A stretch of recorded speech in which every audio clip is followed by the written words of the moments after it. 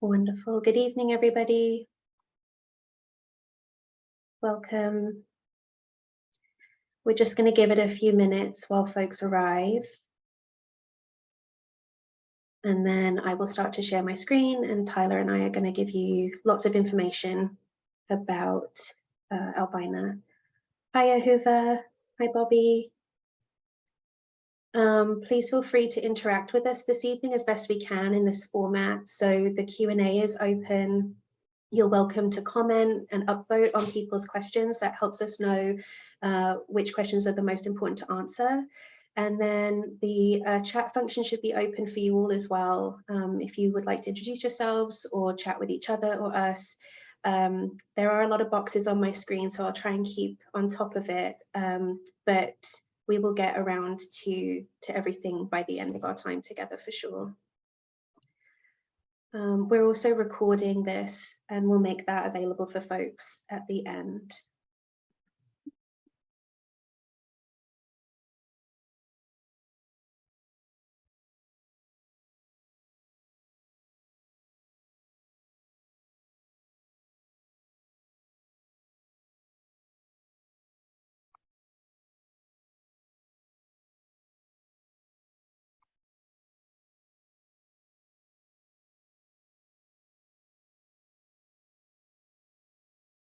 I'm also at the tail end of a cold, so forgive me if I mute myself to just cough every now and again.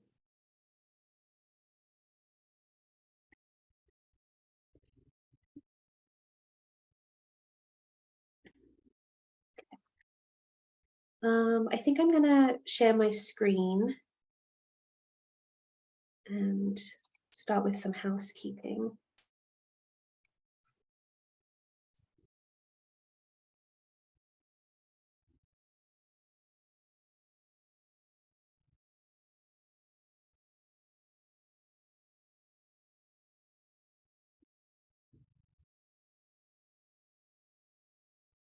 Okay, do you see my screen? Yes, great. Do you also see us sharing all my buttons or not my buttons?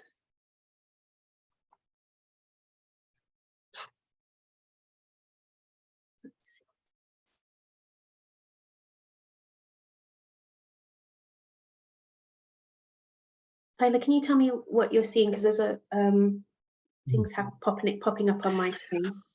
I see the presenter view of the slides rather than it being full screen. Okay, I'll try this differently. Bear with me.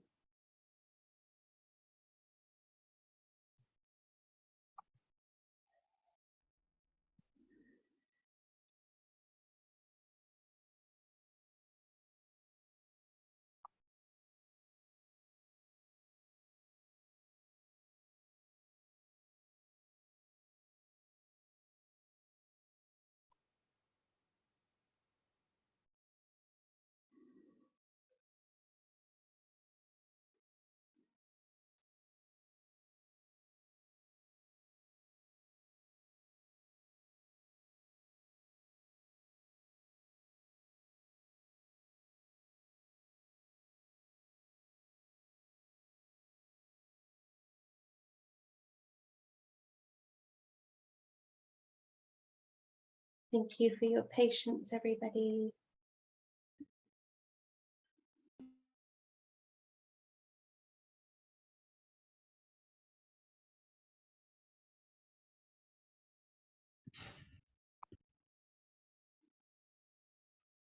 Moving some things around here.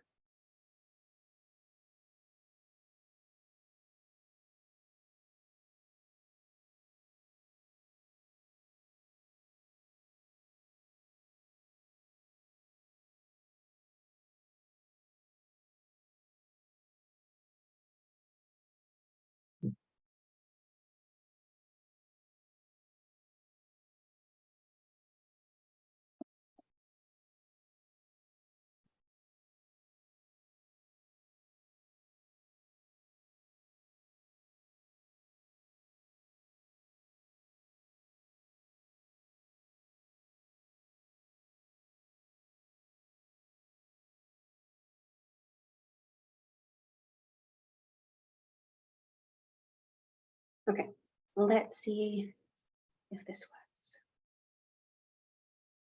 Lovely. Got it? Full screen. Wonderful, we did it. All right, well, let me start again by introducing everybody who's here this evening. For a second, I saw your script up there.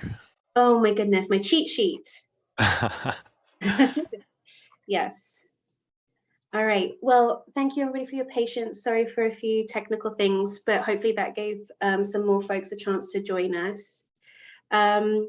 Just a reminder that we have the question and answer function enabled this evening. Please go ahead and drop questions in there. You have the ability to upvote and comment on those questions, which helps us to know what is a priority in terms of questions to be asked. The chat is also open. Feel free to introduce yourselves or talk to each other, talk to us. I like to encourage as much participation as we can in this funny little digital world that we have now.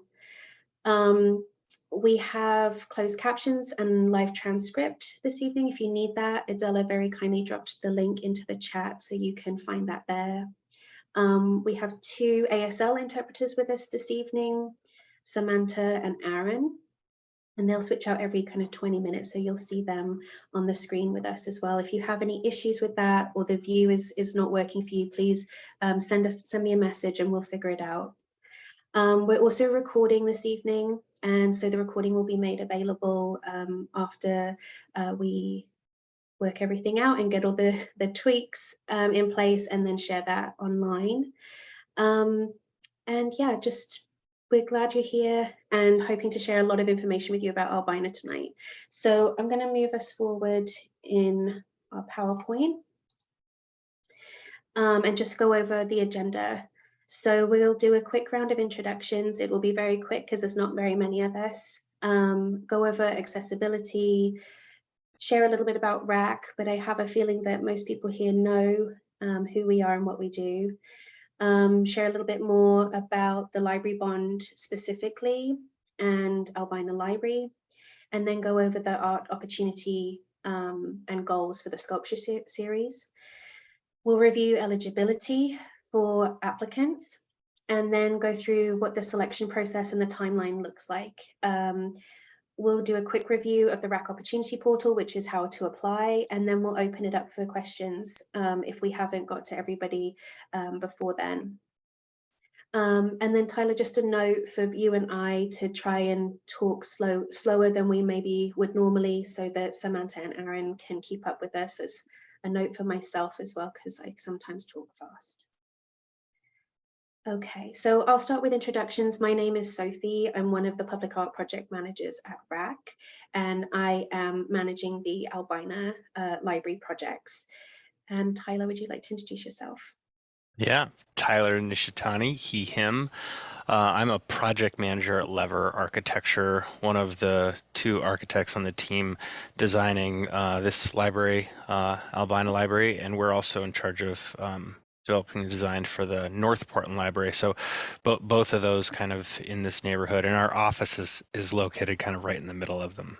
I'm also a board member of the local National Organization for Minority Architects here in town. Yeah. Thanks, Tyler. And then, as I mentioned, we have Aaron and Samantha here as our ASL interpreters, and Adela is here as our captioner this evening. Okay, so just to review some accessibility and assistant features that we have at RAC. If you are in need of additional services to create an application for this project or for others, we have the Opportunity Portal technical assistance services available through our staff. We can also translate materials into different languages. We can also support with larger print materials or just alternate formats in general. We offer interpretation services such as ASL and other languages, similar to those that we have this evening. We have certain process accommodations for folks who live with disability, and that can look differently for folks depending on what their specific needs are. And then we also offer captioning. If there's any other services that you require in order to access any of the work that we do at RAC, please let us know. You can email me directly, or you can also email info@rac.org to request those services. Excuse me. Okay, a little bit about RAC. So I think most folks here know who we are and what we do, but just a quick overview of the sort of areas that we work in. Specifically, our programs lay in grants and public art. A lot of you probably know about different granting opportunities we have, such as Arts 3C. I always trip over my tongue when I say that. And then obviously different public art opportunities like this one that we're going to be talking about this evening. We do a lot of advocacy out in the community at various levels. We support different engagement opportunities from schools to professional development. And then we also support with other resources, really meeting different needs that arise as you all tell us what you need. This is a little bit about our mission and our values. I'll let you all read that. That's also available on our website if you want to find out more. And then you can follow along if you're not already on our Instagram at Regional Arts for different opportunities as well. So our public art program is pretty robust. We do a lot. We run percent for art programs such as this, the program that we're running for Multnomah County Library. We also provide temporary opportunities for public art that can look like events and things like that. Within our collection, we run the Visual Chronicle collection, the Portable Works collection for both the City of Portland and Multnomah County. And then we have other programs that sort of sit beneath all of those things, such as Support Beam, the Black Portland Matters Art and Placemaking Initiative, which is a partnership with PBOT. We run Going Public and Fresh Paint through our public art murals program. We do a lot of collaboration with other community organizations. And then a huge part of our collections team's job is to oversee the maintenance and conservation of all of the collection as well. So to get into why we're here this evening, those of you who have been following the different projects to do with the library bond have probably heard me say this a few times, but we'll just go over it in case you're new or just as a refresh. So the Library Capital Bond was passed in 2020, and within the bond, there are 7 branch libraries that are included in receiving expansions and renovations. So that is Albina, which we're talking about this evening, Belmont, Holgate, Midland, North Portland, Northwest, and St. John's. All of those libraries are receiving expansions and or renovations that are pretty in-depth and will really evolve the services that have been able to be provided up until now. A new destination library is being built in East County towards Gresham. All of the libraries will be receiving upgraded internet.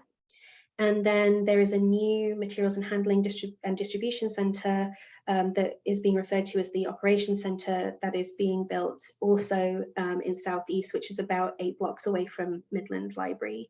And that space will be where a lot of the administration happens for the county. So to talk a little bit about about Albina, I think, Tyler, I'm going to pass to you because you've been working on this project for a while and you know it better than anyone at this point. Yeah, definitely. Our work got started over 2 years ago, kind of with the initial planning. And Sophie did a good job kind of pulling together some of the high-level points here on this first slide. It's on Northeast Knott Street, between MLK and Rodney in the Elliott neighborhood, and that's the facade of the 19-teens Carnegie Library that was built originally as a library there. like Sophie said, it is part of the Chapter 1 projects. Construction is underway, and it's slated to open spring, maybe summer 2025. The branch has, although it was originally here, it's bounced around, the actual library has bounced around a handful of times through its history. And it was most recently relocated here. It used to be the Tidal Wave bookstore just prior to it moving back in 2020, kind of in conjunction with the pandemic. And so it's been functioning as the Albina Library once again here in a county-owned building. The previous location was a rented space, which is as part of the bond, they wanted to get it back into spaces that they owned. So that was part of that. We are doing a full seismic renovation of the project. It's never been done before. It's a unreinforced masonry building, so it's going to go through a big renovation in that regard. And what you don't see in this image here is that it's going to have a huge expansion out of the back side of it that's going to extend all the way to the opposite side of the block and have a brand new frontage, which will be across the street from the Wonder Ballroom on Russell. So we're going to maintain this entrance. This historic side of the library is going to be the kids area, and we chose that because it's kind of in conjunction across the street with the community center. And then the new entrance will actually, because the site slopes down, I'll show in kind of subsequent images, it'll end up being a 2-story library on the other side of the block. Entry obviously on the ground floor, and the main library space is up above that. Is that a good time for me to move to the video? Yeah, let's do that. I can kind of cover all the different program stuff that's getting added later on. Okay. Feel free to tell me when you'd like me to pause. Sure, yeah. Okay. And just so everybody knows, there is no audio with this video, so you're not missing it. So you can pause right here. You can see that old Carnegie Library highlighted here in the front. Then keep going. And then the video shifts to the opposite side of the block, highlighting the expansion with the Carnegie kind of in the back. So this street in the foreground is Russell, and then down in the lower left is the Wonder Ballroom. Mm-hmm. Yeah. Yep. So there was another Multnomah County facility there before that was set much further back. So we're bringing it out to the street. It's kind of a perspectively approach. Down on the ground floor, if you go a little bit further, yeah, and then pause here. Oh. Too far. Well, I can, if it's too much of a fuss, I can kind of talk through it quickly. That's perfect right there. So in the lower right is a big community center with kind of a big window. Yep, up to the front. It'll be kind of publicly reservable. And then down below on the lower level, the Multnomah County Library is going to have their district offices down there, and then the upper portion will be the main adult reading room. And this area here towards the end, that what will be the new main entrance, is one of the art sites for the sculpture series. Yeah, I should have mentioned that. You want to back up just slightly? Yeah. So this landscape is kind of intended to be a buffer from the parking lot beyond, but that's the kind of location where we've kind of thought a series of sculpture might kind of make that space a little bit more welcoming. So of the sites we identified, I think there's 3 on the outside, and that quantity is kind of up in the air. I think we showed 2 or 3 in our land use plan, so that's what our city planners are expecting. And then we showed a final one within the courtyard, within the building, kind of with this idea that there'd be a continuity from outside to inside. So, yeah. But it's kind of up to the artist to define where in the landscape all these sculptures might live, be situated. We certainly can coordinate with the landscape design team to make minor adjustments as needed. Yes. Okay.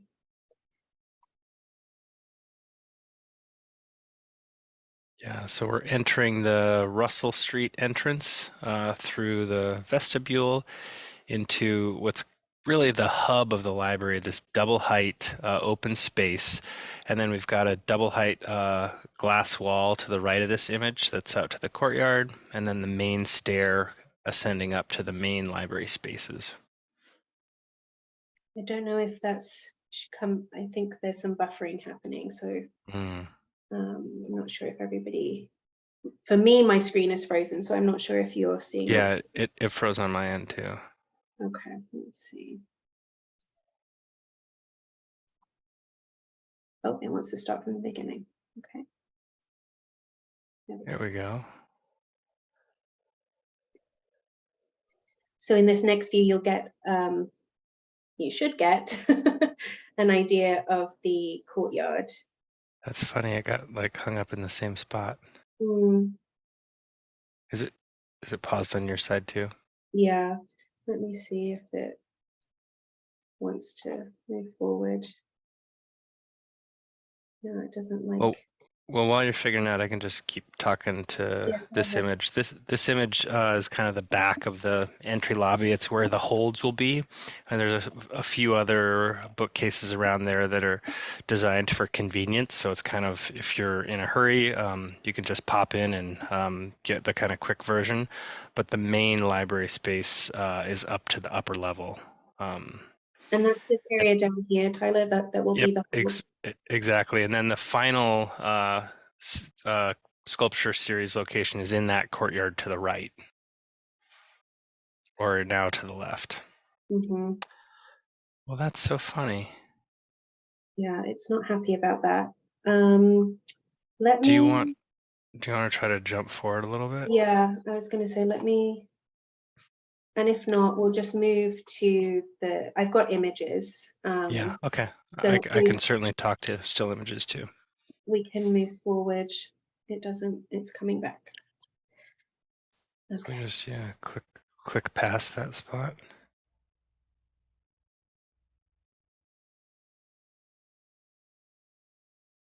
no, it doesn't like it. Okay, Okay, we're we can gonna, move on.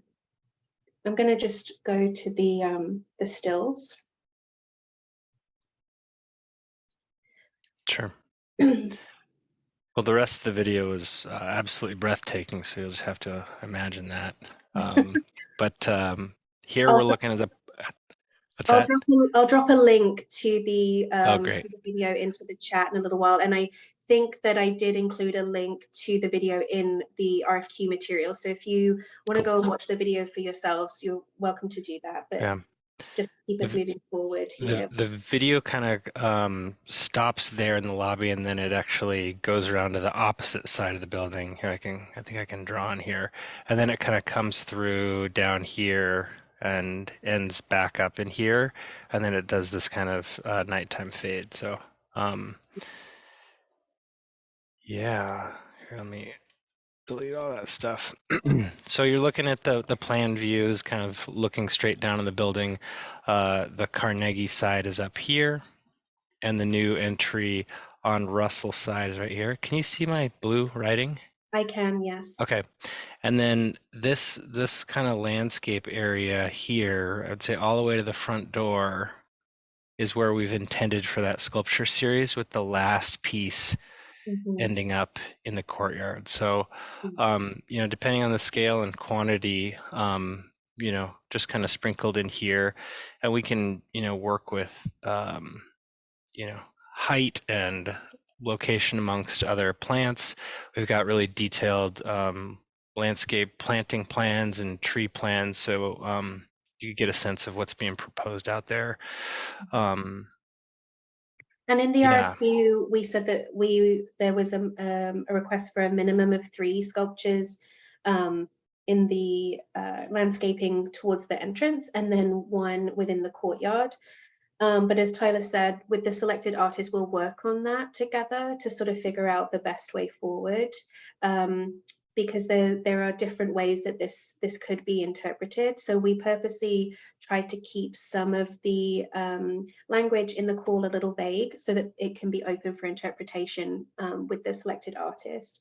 I'm going to go back a couple slides because that lists the art opportunity specifically that we're talking about, just Sure. so folks can see it all in one place. So this specific opportunity for Albina is one of 3 public art elements.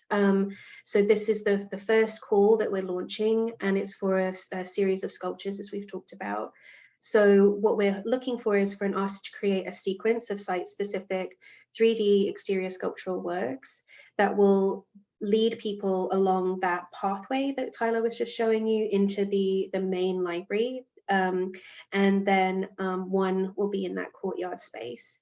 The artworks will be highly visible as folks arrive, and so there will be an ability for people to interact and engage with the artworks. We've said, like I mentioned, that a minimum of 4 sculptures overall is anticipated, but that could shift depending on the scale, and again, depending on the interpretation of the artist.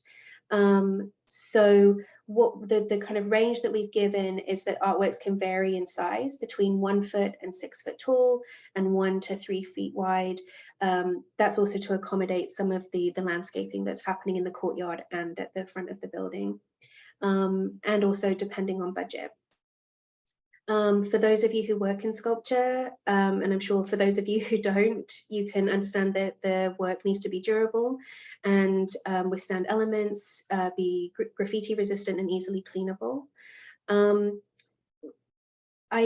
We are encouraging folks who have experience in sculpture to apply, but also this could be a professional development opportunity for folks who are just moving into that medium, or those who are working at a smaller scale, because we're not looking at a large scale work. I've been referring to them as sort of mid-size, and there's multiple of them. So the budget is 125,000, and that's all inclusive. Tyler, is there anything else that you want to mention that I may have missed here? Just maybe on the flexibility of kind of size. I don't think that we're necessarily thinking that they all need to be of a uniform scale. It could be, a variety of sizes that, it's just the kind of artist vision for what they want to propose. Yeah, we're not opposed to some bigger stuff, but we just knew that the budget was what it is, and we didn't want to, yeah, demand things that were bigger than the budget could support. So, but we're looking for all the artists to tell us too. Yeah, and I think this is a good time to also remind folks that this is an RFQ. So we're looking for information about yourself and your interest in the project and your experience. We're not looking for proposals at this point, and I'll circle back to that later on in the presentation. But I just want to mention, because I know when we talk about these things, creative juices can start to flow, which is amazing and great and brilliant, and yes, but also at this point in the selection process, we're not looking for proposals. Okay, so I'm going to move through the still slides, Tyler, so if there's any that you'd like me to stop at, just let me know. Yeah, this is the kind of straight on of the south facade on Russell Street. So the kind of sculpture series would be from the main entry there in the center of the image, trailing to the left. And then in the community room, there's actually 2 aligned windows. So from the street, you'd be able to see all the way through into that courtyard where the final 4th sculpture would reside.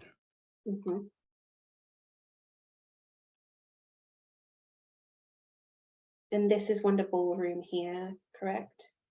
You got it.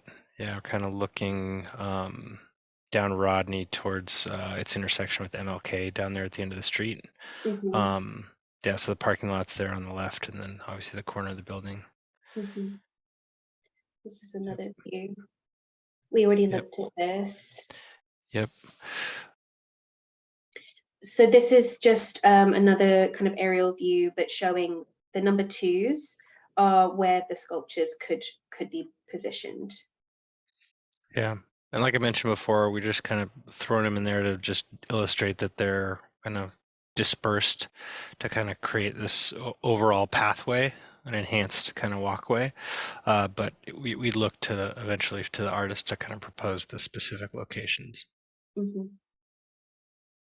These are some inspirational images that the design team have been referring to, just to give a sense of what could be. And you'll notice that these are all at very different scales. So some of you may know this piece that is here in Portland. These guys are very small. And then you have other works on here that are obviously to human scale, other works that are very large. So Tyler, I know these are reference images that you all have been using, and I don't know if you have more you'd want to say. I'd just point out that this was just kind of an early collection of precedents, but these came prior to our meeting of our rack advisory group. And Mhm. so, yeah, just take them all with a grain of salt. But I think they do, at least some of them, get at some of the whimsy that we kind of just discussed in Yeah, the rack group. Um, yeah, and also yeah. possibly the way that the community could interact with them, right? Like Yeah. that's something that I see present in a lot of these. Like there's a gap here on this bench between these works where somebody could sit. Obviously, there's a child here reading over the shoulder of this bunny person. Mhm. And then we know that these artworks in Portland get a lot of community love and attention. People have made little hats and things for them. And so I think it's referencing the way that community could interact as well. Okay, and so that I think is a good segue into the goals for the artwork. Um, Something that has been present for all of the projects within the library bond is a desire to reflect and represent a lot of the different types of communities that live in these various neighborhoods. And so that is still very true for Albina. And Tyler, I think you can probably speak to that a bit more too, as Lever has been leading community engagement. But what we really want to center specifically for Albina is, as Tyler already kind of mentioned, is a lot of innovation and creativity and storytelling, really wanting to allow some space for the artists to have their own expression in this work, but that is connected to some of the desires that have come from community. And so some of those which again we have seen the thread through all of these projects is wanting like a sense of welcome and belonging, creating a sense of place, wanting to feel invited and welcomed as you enter the space, wanting to inspire imagination and different types of engagement. Specifically for Albina, something that came up in our conversations was a sense of tangible permanence. Many of you will know that the history of this neighborhood is filled with a lot of displacement, especially for the Black community. And so something that reflects a sense of ownership, I think, and sort of reclaiming of the space, especially given how the history of this particular library has moved around so much. It's pretty significant that this is coming back to this place, this historic place, and the library and the project team are very mindful of that and what that means for community. I might pause there, Tyler, because I don't know if you want to add anything, because that's a pretty big point to the project. Yeah, I think it was really important in our community engagement process and connecting with a variety of focus groups, that representation happen. And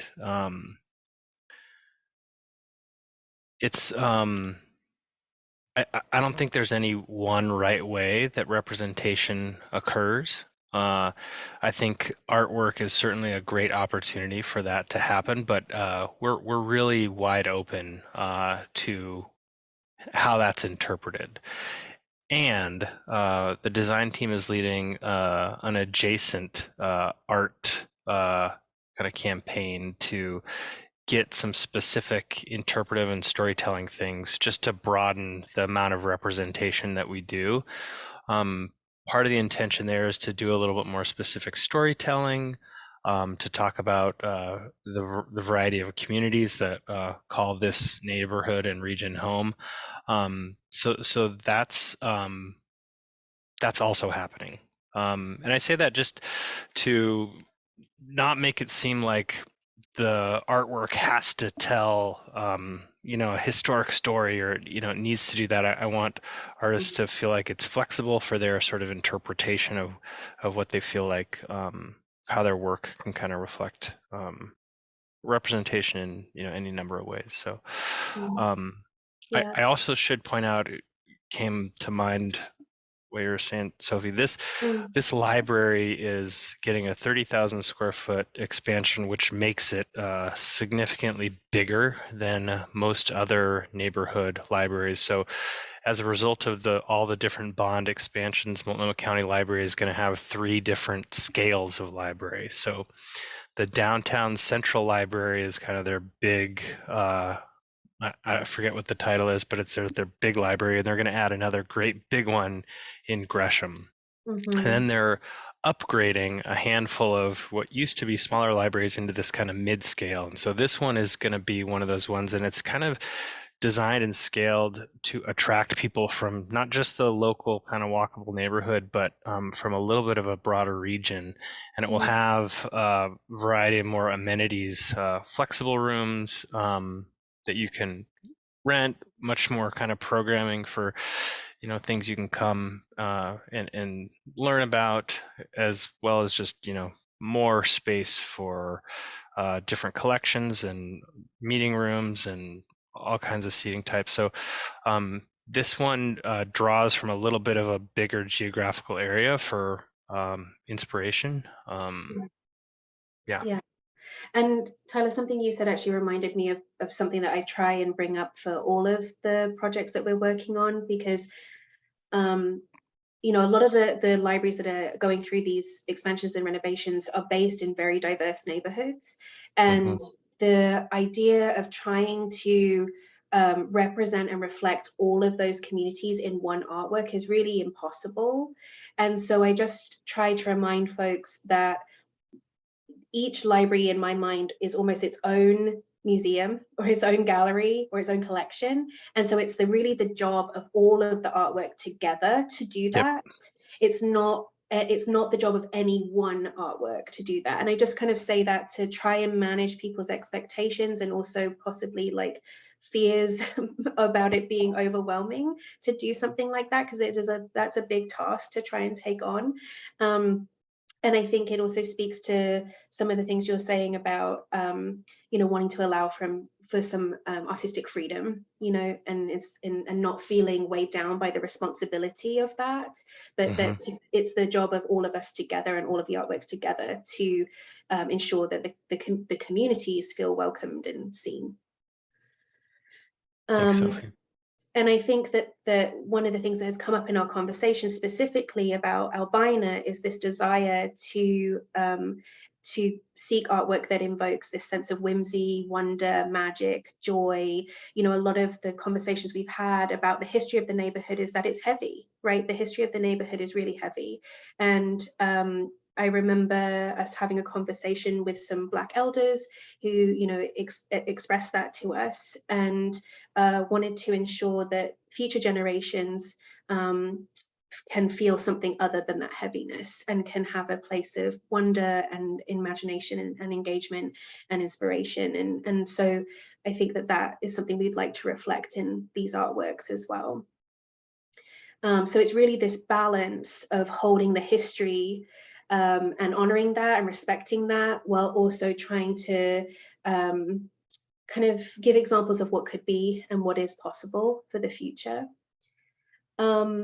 Also, just to say that all of these things are in the RFQ, so if you read through that, you'll find these, but we're just trying to highlight kind of the main points.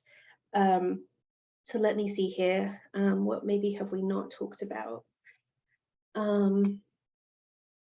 Just some notes around like literal interpretations of some of the concepts and goals is not what we're expecting. We're really offering this as context and considerations for folks as they enter into this process, and if you're selected to just be part of your kind of decision making and sort of design process. Because this is one of several public art elements at the site, it is the first one that we're launching. It is good to be mindful about the other artworks, because while they are different and different artists will be selected, there is a relationship and a dialogue. And in other projects that we're working on where we're slightly further ahead, we're seeing how that just, it's something natural that happens. There's a dialogue that happens between the artwork, and it's really beautiful.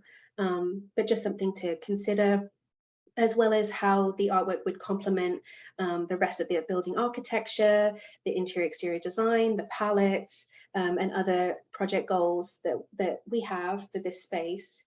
And then there is no formal requirement for community engagement in this project, but it is encouraged.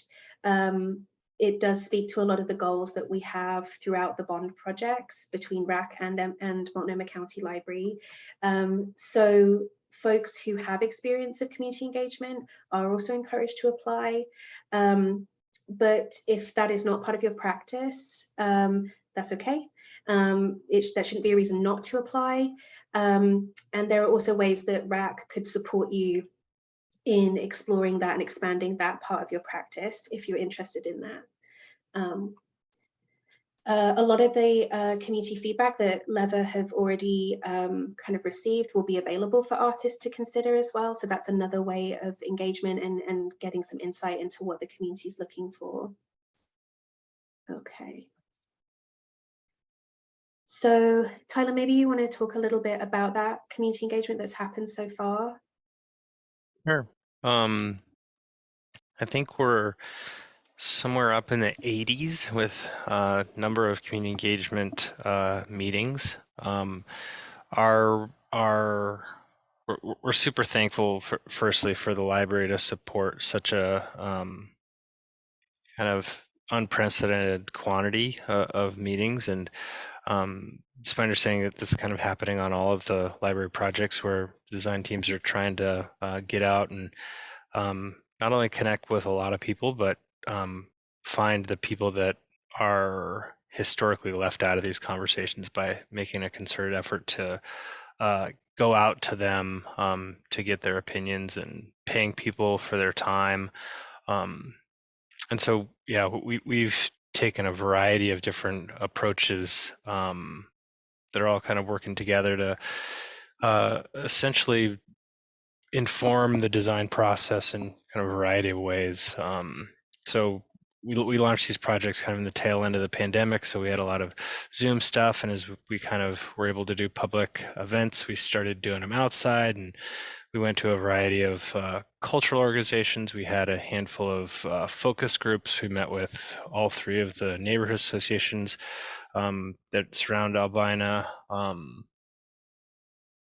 Yeah, met with folks at local schools, met with kind of the business district folks, all to try to get a sense of what they were looking for. And as you might imagine, we collected a ton of data on a variety of different stuff, from kind of nuts and bolts things that they wanted to have or functions they wanted to see in the library versus how it should look and feel and reflect the community. Yeah, lots and lots of feedback. And Tyler, in some of the other projects, the community's been invited to make certain selections around like design decisions, like the color or the inspiration for the interior design and things like that. Has that been the same for Albina? We did. Interestingly enough, of the three interior design palettes that were voted on by the public, we effectively had a tie between two of them. Albina being such a big building, though, we felt good about being able to kind of explore the two different themes in different areas of the building. Yeah. Yeah, that's great. And let's see here. So, well, like I said, while community engagement isn't a requirement for the artist because so much has already been done, and part of that that decision is coming from not wanting to make the community feel that we're being extractive in any way and making them repeat things that they've already told us. We really want folks to feel that they have been heard and that that feedback is being considered seriously.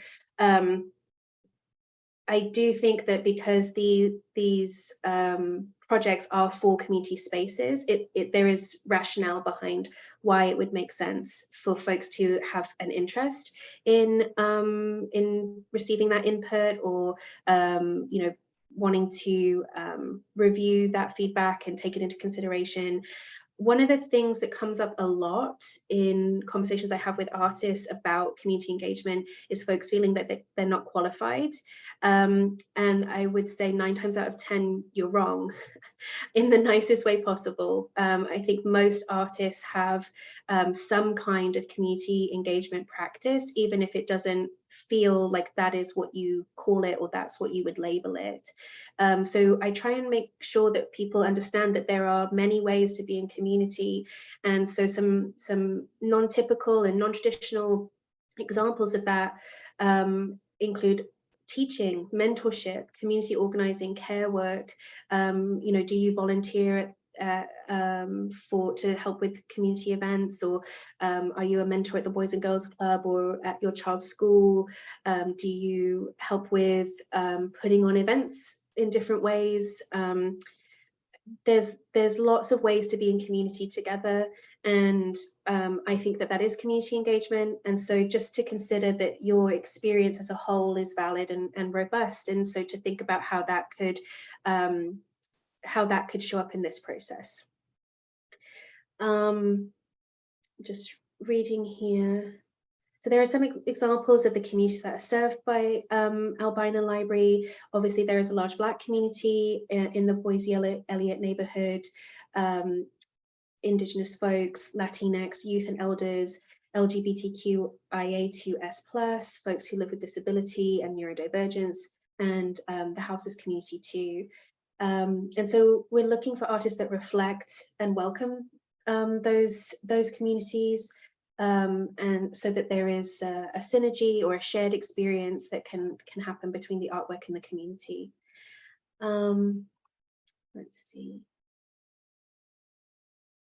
I think we've gone through all of this, but just to say that prior to finalizing the design, the artist or artist team who are selected could plan and facilitate some additional community engagement sessions that are specifically around the artwork if that was of interest, to gain further information and insight from the community about the project. Okay. This is a list of capital planning project principles that Multnomah County Library are following for the entire bond. I'm not going to read through all of this. This is also linked in the RFQ. You can also find this on the MCL website. But these are principles that they and kind of pillars that they are following to guide the entire bond process. And many of them are in alignment with RAG's values as well, such as accessibility, equity, innovation, community. So that hopefully gives you a sense of the values behind the projects. This is some of the community engagement feedback that has been received. Tyler, I don't know if you want to talk through any of this. I can also move forward. This was a pretty early diagram of quotes that we collected through the community, different community engagement events that kind of directly informed how we shaped the massing of the building, or the kind of rough shape of it. You can kind of see how this mimics it, and it evolved a little bit from this, but the general kind of configuration is largely like what's shown in this diagram. Yeah. And Tyler, these are highlights, right, that came out from the community feedback sessions? Exactly. So after the first preliminary schematic design phase, we put together a community engagement report, which Sophie talked about. And these were kind of the, how we collected different comments into some kind of broad categories and themes. And then I included these as well, Tyler, but I don't know if you want to go through them. Yeah, these are some kind of uh, overall project goals, not necessarily specific to the artwork, but just things we're going to try and focus on with Detrone's work. And then the takeaways as well. Yeah, I'd say these were really reinforced through our rack panel. Mhm. That a lot of the things that we'd heard earlier in the community engagement were also echoed within that group. Yeah, I'd say that's true. Okay, so to go over the eligibility for the project, I'm just going to read through a couple of these and then we'll move forward into what the selection process looks like. So RAC is committed to engaging new communities of artists, expanding the range of artistic and cultural expression represented in the county's public art collection. RAC is also committed to reflecting the cultural richness of Portland by promoting opportunities for emerging and historically underrepresented artists. With that said, artists and artist teams representing communities of colour are strongly encouraged to apply, especially for this project, and considering all of the things to do with the history of this area, like we talked about. Artists and artist teams based in Oregon and Washington are eligible. If you are applying as a team, at least one member of the team needs to meet the residency requirements. Those who have interest or experience with community engagement, also encouraged to apply, as we've talked about. Those who have experience working intergenerationally with residents from historically underrepresented communities, including communities of colour, as well as immigrant and refugee communities, again, highly encouraged to apply. And then those who have connection to the neighbourhood, those who perhaps have history with their own history with Albina Library and or the Boise Elliott neighbourhood or other surrounding neighbourhoods in North Portland, being able to tell those local stories and make those connections is really important. And then whoever is selected must be able to complete and install their work by spring of 2025. So the selection process at the moment is entirely virtual. We have a panel that is made up of Multnomah County Library staff, local artists and community members, North Portland residents, Library Bond team members, as well as the specific Albina Library design team members. And it's a really diverse group of folks who have backgrounds in many different realms and have different approaches to art and experiences with art, but everybody is very aligned in the importance and value of art and the ability for art to be able to tell story and create community and connection. The role of the panel is to review all of the submissions throughout the RFQ process and eventually select 3 to 5 finalists to invite to interview. And through that process, one artist will be selected and awarded the project or an artist team. We're planning for that selection to be complete by February of 2024. The criteria that the panel sort of use to select an artist is on the right-hand side of your screen. So quality of past work, ability and interest in creating site-specific work, how past artwork fits into the artwork goals that we've outlined for the project, specifically relationship to community, and ability or interest in creating connection with Albina Library in North Portland. So how to apply, I'm sure many of you know this, but you will apply through the RAC Opportunity Portal, which is rac.org/apply. This is just a kind of screenshot of what that portal looks like. And you will create an account if you haven't got one already. And then when you log in, the open opportunities will pop up on that first homepage and you can submit an application through there. For this RFQ, so a reminder, I mentioned earlier that this is an RFQ, so no proposals right now. There are kind of 3 main things that you need to include in your application. The first is a artist bio or resume. You can upload this in PDF format. no more than 2 pages. And if you're applying as a team, submit 1 PDF that includes all the folks in your team. The second thing is a statement of interest. You can submit either a written statement, which is up to 3,000 characters. You can also submit an audio video statement if you prefer, which should be no more than 2 minutes.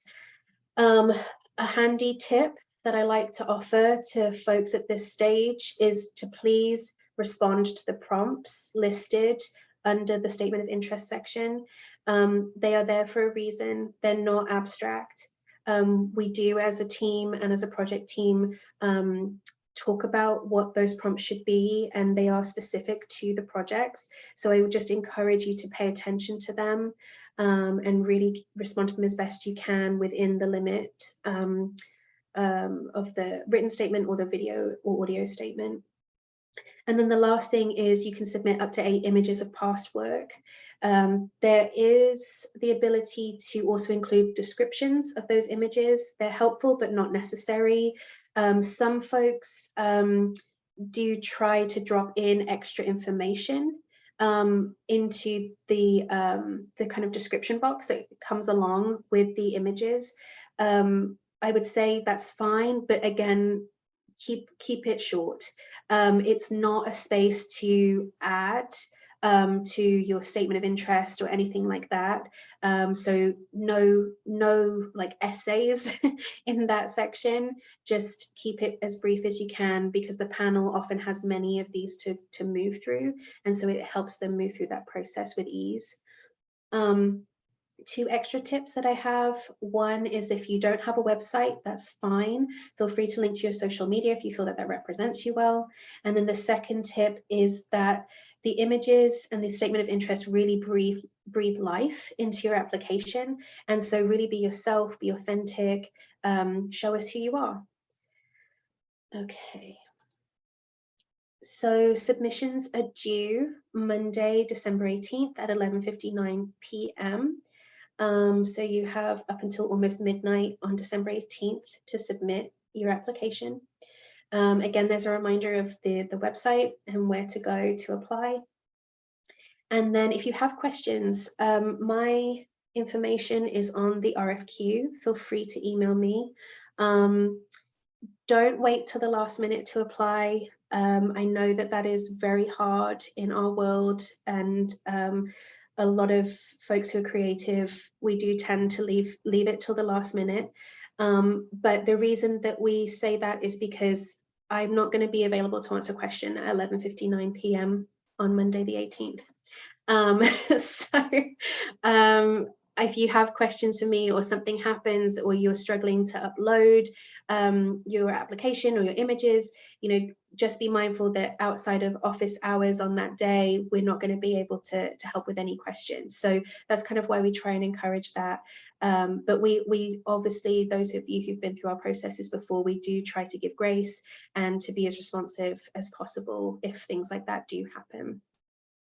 If for any reason you're experiencing any barriers, if it's the portal, if it's the application process in general, or anything, please let us know. We're always open to feedback and want to hear from you, and want to understand and learn different ways of doing things that meet people's needs. A quick review of some important dates and the timeline for our process. So again, applications due December 18th, and then between December and February, the panel will be moving through that selection process that I described a few slides back. And then we hope to have an artist selected by spring of 2024. So a rough timeline looks like coming under contract in March of 24, moving through any potential community engagement or participatory design that an artist would like to conduct. We would then do a design review with the panel in the summer around July. And then the artist would move into their fabrication phase from about August 2024 onwards. And then we hope to have the artwork installed in spring of 2025. And that is my last slide. And I can't believe we did it in an hour, because I normally can't. but I'm going to stop sharing my screen. And just remind folks that if you have any questions, please feel free to drop them into the chat or into the Q&A tonight. This is also my email. If you want to follow up with me afterwards, feel free. And again, a reminder about how to request additional services if you need them.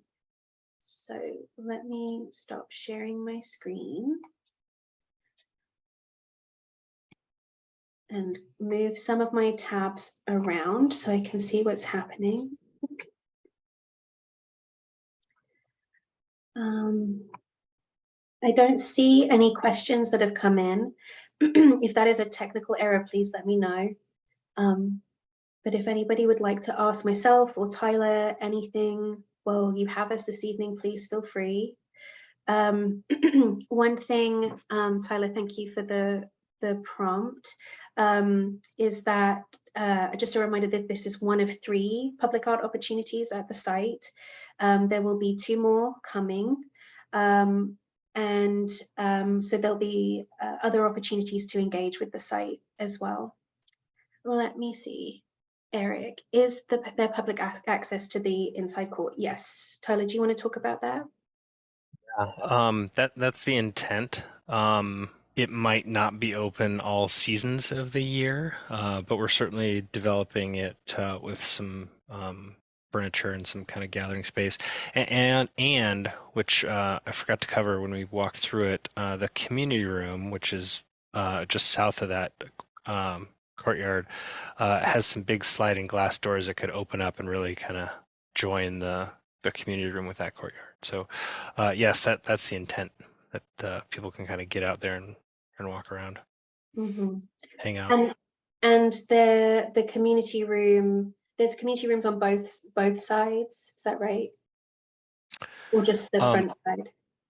Well, so there's the big kind of room we're calling the community room, which has the capacity to seat, I don't know, around 100 people. And then just above that's the courtyard. But upstairs, kind of in the space between the big new building and the old one, there's a handful of what we're calling flex rooms that have the Right. capacity to sit, I don't know, 30, 40, 50 people, maybe if you squeeze them in there, that kind of can support different activities. There's also a specific teen room up there. And there's on the upper level, there's also a little balcony that's right adjacent to the courtyard as well. So people will be able to look over the courtyard and kind of sit outside from the upper level, potentially see the sculpture from the top. Right, and that's one of the reasons that we talked about in the RFQ, that the artwork will be able to be seen from many angles, potentially. So let me see. So Eric, your follow-up question and access outside touch. Yes, yeah, the sculptures being outside and folks being able to interact with them on such an intimate level will mean that they will be touched potentially. Yeah, the artworks will be able to be touched or interacted with, and that may be something that an artist wants to lean into, and take advantage of that and be creative around what interaction could look like. Ken has a question. Can landscape elements be a part of the artwork? Tyler? I'm not going to pretend to know exactly what you mean, but I think we'd probably be open to it. I mean, using natural materials is kind of like growing things. Yeah, I think we could consider that. We do have a irrigation system as part of the design that could probably be utilized. But I think any fancy irrigation system would have to come out of the art budget, specifically that, if that's what you're thinking, Ken. Yeah, Ken, I don't know if you maybe want to say more or offer an example of what you might be thinking of. Obviously, as Tyler says, the budget is all inclusive and isn't particularly large to include like a water feature or anything like that, but if there's ways that you're thinking the artwork could play with the landscaping or plants, that could be something that we could help figure out. Yeah. And then, no, but just one example, a trellis with vines. Okay. Yeah. Yeah. I would say, at the end of the day, Multnomah County Library has to agree to the artwork, and they are a little bit maintenance averse. So anything that would be perceived as needing to be regularly maintained, you might have an uphill battle on your hands. But yeah, Yeah. yeah. Yeah. Something to consider. Laura, is the building built already? Is there anything to see now at the site? The building is not finished. It is under construction as we speak. I don't even know, Tyler, have they broken ground? Can I share my screen? Let me see. I think I can. Hold on You here. should be able to. You're a co-host, so you should be able to. Yeah, I will give you a sense of what it looks like right now. Can you all see that? I think it's still loading for me, but yes, there we go. Yep. So this is a webcam on top of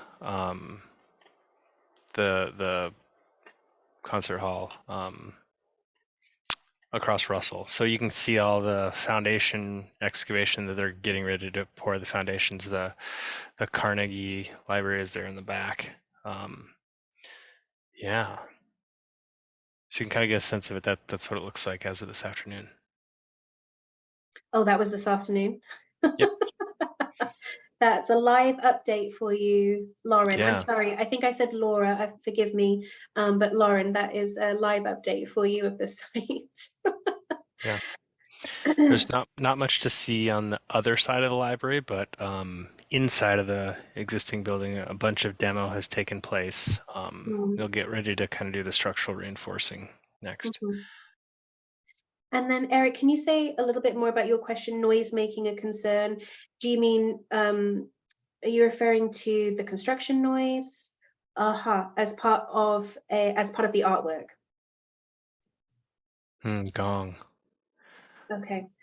Could Um, there be a noise component? We've talked a little bit about potential kinetic elements, but I think again we have wanted to leave that open to the artist interpretation. At this point, we're getting a little bit too in the weeds because we're not looking for proposals. But I think that is something that we could talk about with the selected artist and just explore what could be possible.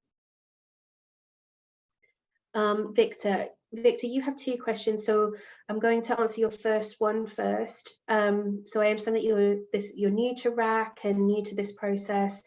We can, as I mentioned, help you with the process, the application process. I can send you the link to apply, but again, it's racc.org/apply. That's where you can make an application. If you don't already have an account, it will prompt you to create an account, and then once you have created the account and you log in, you will see all of the open opportunities with RAC, whether it's grants or public art, on the homepage. If you're having any trouble with that, please email me, which is shook@racc.org. And all of that information is also in the RFQ on the website. And then Victor, your second question, pedestals and plaques is part of the budget. Plaques, no. Plaques is something that we take care of within our team at RAC to ensure that the artwork is sort of properly dedicated once everything is installed. Pedestals, it depends. I would say that we're getting a little bit into the weeds because some of this has to do with where the different project elements are at, where the construction team is at. Sometimes there are ways to build in those kinds of things when a construction team is on site, and so it can be created while the construction team is still working. In other ways, sometimes that has to be absorbed by the art budget. So there's really no way for me to give a clear answer on that until an artist is selected and we know more about the way we're moving forward with the artwork. And then I'm going to drop my email in the chat here because Eric, I see that you also asked for that.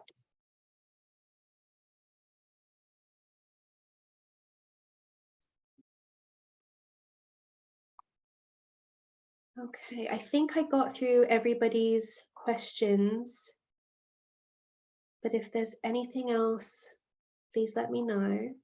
Tyler, is there anything that maybe we didn't talk about that you want to make sure that people are aware of for this particular call for the sculpture series? That's coming to mind. Okay. All right, well, my email is in the chat. Again, all the information can be found on the RAC website under the RFQ. And then this recording will also be available for folks in the next few days if you want to come back to this or share it with anybody else that you think might be interested in applying. Thank you, Linda. Thank you for joining us. It's good to see some familiar faces in the participant list, and we're really excited about your applications. So yeah, thank you all so much. And if there's not anything else, we'll let you go and look forward to receiving your applications. Thank you. Oh, Sophie, one last thing. Were you going to mention all the other two opportunities at all, or were you going to save them and leave everyone in suspense? Yeah. Yes, I love the element of surprise. So yeah, we'll talk Okay. about those another time. Yeah. Okay. Great. Yeah. Thanks. All right. Thank you. Thank you, Tyler. Thank you, Samantha and Aaron and Adela. We really appreciate all of your work and your labor. Thank you. All right. Have a good evening, everybody. Yep. Thank Take care. you. Bye.